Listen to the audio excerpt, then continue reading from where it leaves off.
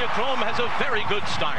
Samrod also up and after the lead, and Commissioner is close too as they race for the turn. General A-Rod is on the far outside. Now Victor Espinoza is going to get California Chrome to the rail in the lead, and an unexpected early challenge comes from Commissioner on the outside, and now Commissioner will take over, and California Chrome will be second early. General A-Rod is third to the outside. Wicked Strong is fourth. Then comes Medal Count fifth along the rail, followed by Tonalist. A 24 seconds flat opening quarter mile. It's 3 lengths back to Ride on Curlin, and then toward the inside comes Matterhorn, Commanding Curve, and at the back of the field, Matuzak and Samrod, and they make their way to the backstretch, and it's Commissioner who leads the way, and General A-Rod is second as they head on to the backstretch. Tonalist is third, and now California Chrome will be on the rail, and he's in behind horses. He hasn't been in this position yet in the Derby or Preakness. He's 3 lengths off the lead up the backstretch. Wicked Strong is ridden along to go with him. Then Medal Count to the inside, and they're being followed next by Ride on Curlin. They continue through a half mile in 48 and 2/5 seconds. It has not been a fast pace, and Commissioner continues to lead the way. General A-Rod is second, and Tonalist is third. California Chrome is fourth, and he's on the outside of Medal Count, and now Medal Count takes fourth. California Chrome has been taken to the outside now, and he's within 3 lengths of the lead as they run 3/4 of a mile in 1 minute 12 and 4/5 seconds. Around the far turn, Commissioner on the inside, General A-Rod, Tonalist. California Chrome is still fourth, but he's beginning to move on the far outside. Medal Count is behind them as Commissioner makes the lead to the top of the stretch. General A-Rod is second. Tonalist, California Chrome, he's on the far outside. He is 4 wide, and they're into the stretch. It's General A-Rod, Tonalist. Here's California Chrome on the far outside, and he's a furlong from immortality. He is up on the outside of Commissioner. Here's Wicked Strong in the center of the track. Commissioner, California Chrome on the outside. Tonalist, Commissioner. It won't be a triple crown this year. It's going to be close. It's going to be very close, and Tonalist got there. Tonalist has won the Belmont Stakes. He has defeated Commissioner. Wicked Strong and Medal Count were next, and California Chrome, in his quest for a triple crown, finishes fifth today at Belmont Park.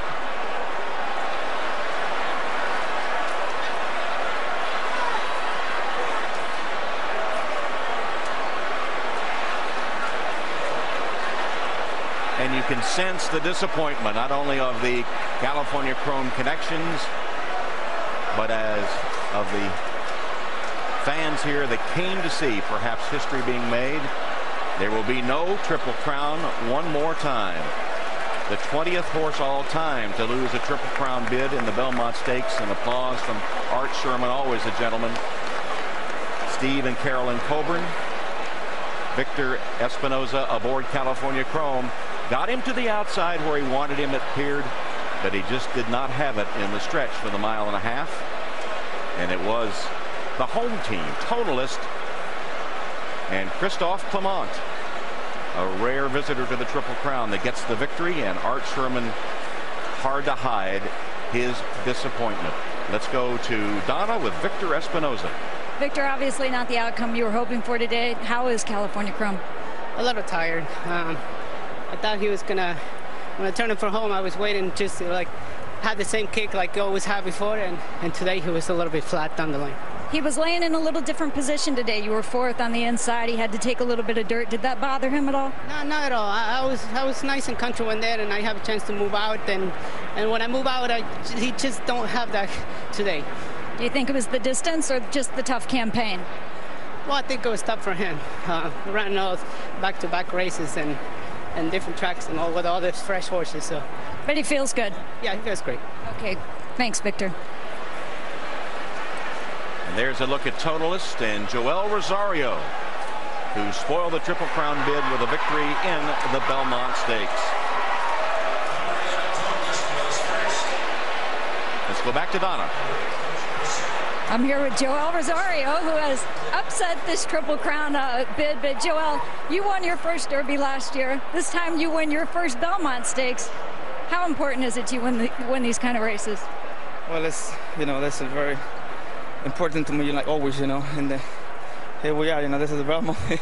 So this is great, this horse, he did very good today, I, a little bit sad about California Chrome, want to hand him, if I get, if I not get beat, I want to, just get beat by him. But yeah, I was going to ask you that. You seem a little bit like this is a bittersweet victory.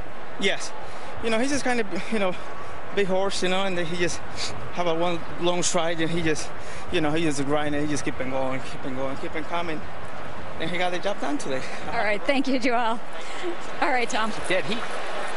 Well, it turns out that California Chrome has dead heated for 4th with Wicked Strong.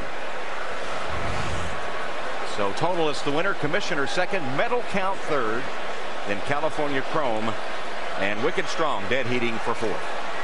Well, I actually thought Victor Espinosa rode a really, really good race. He eased Chrome back early. He set in the pocket. I was fearful the dirt might bother him. Evidently, Victor wasn't. And the horse didn't seem to be bothered by it. As they head into that massive turn, Victor eases California Chrome out around the eventual winner, Tonalist, losing slightly more ground, but not all that much.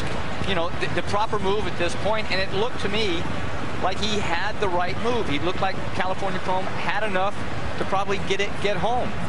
But he's struggling right here. See, we don't disagree often, Jerry, but I'm going to disagree about the ride. I mean, with an inside position and a very moderate pace, I think Victor Espinosa just should have gone on with it and taken the early lead and not put California Chrome in a position that he's been unsuccessful at throughout his career.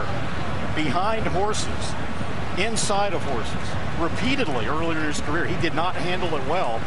And I fault Espinosa. I hate to say it. It may not have mattered. Maybe California Chrome, 3rd time, 5 weeks, just didn't have enough gas left in the tank. But I think he should have gone on with it early and kept the inside position in front of the other horses and set the pace. Well, that's debatable, but had Chrome thrown his head up, resented the dirt, not given some kind of run, I would have said you're absolutely right. But he made the move. It looked like Victor had him in the spot that he wanted. And if he uses him early, you run the risk of getting those repeated challenges. So, I mean, you're damned if you do, damned if you don't. And I thought he rode him okay. I just think that the campaign and the length of the race finally got to this horse. Here he is on the outside. And just here comes up empty. Just does not have that closing burst. Meanwhile, Tonalist taking command of the race and going to victory. And Commissioner, the horse bred so well for the 1.5 miles, a gallant 2nd place after setting the pace. And look at the margin of victory. It's reminiscent of Victory Gallop and Real Quiet, except the Triple Crown wasn't at stake in this photo finish. And so for the 5th time in 8 years, the Belmont winner did not run in the earlier Triple Crown races, as Steve Coburn and Art Sherman sense that this will not be their day.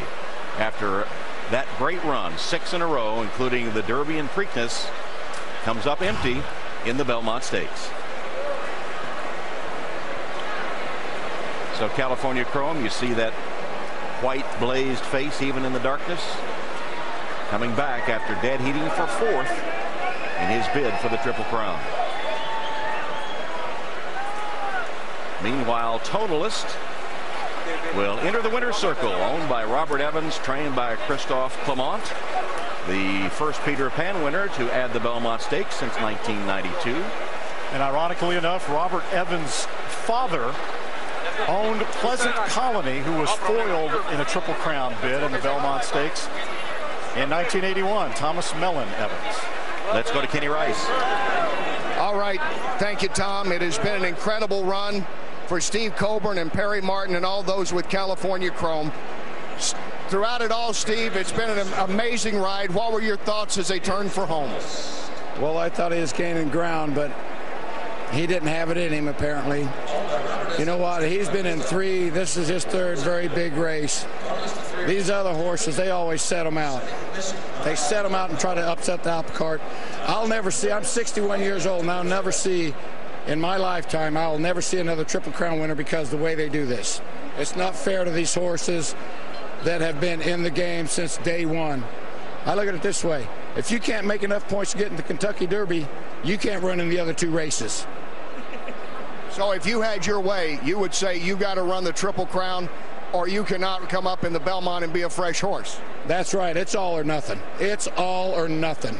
Because this is not fair to these horses that have been running their guts out for these people and for the people that believe in them.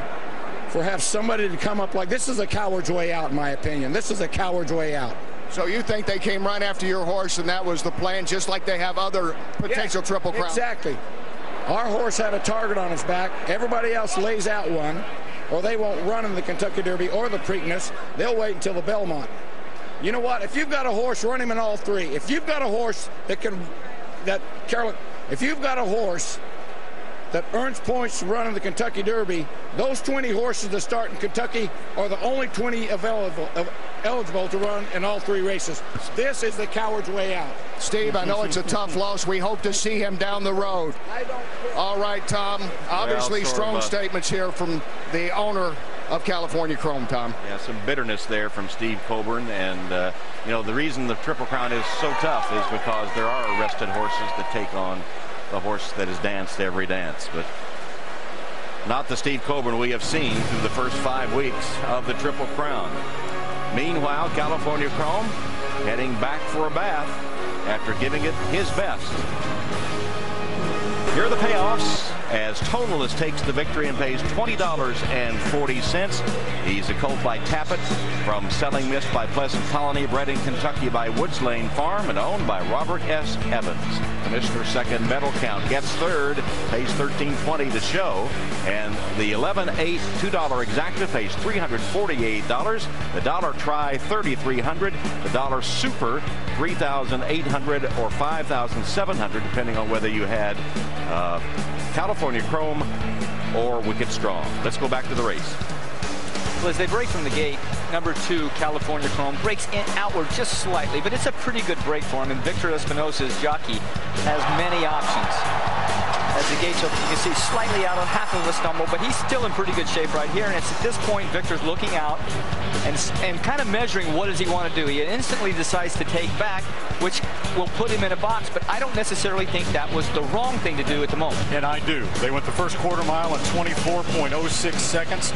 Only once in the last 6 years has the first quarter been that slow. Commissioner is not supposed to have the speed to take the track away from California Chrome. Commissioner goes to the lead. Look where he finishes. He's beaten in a photo.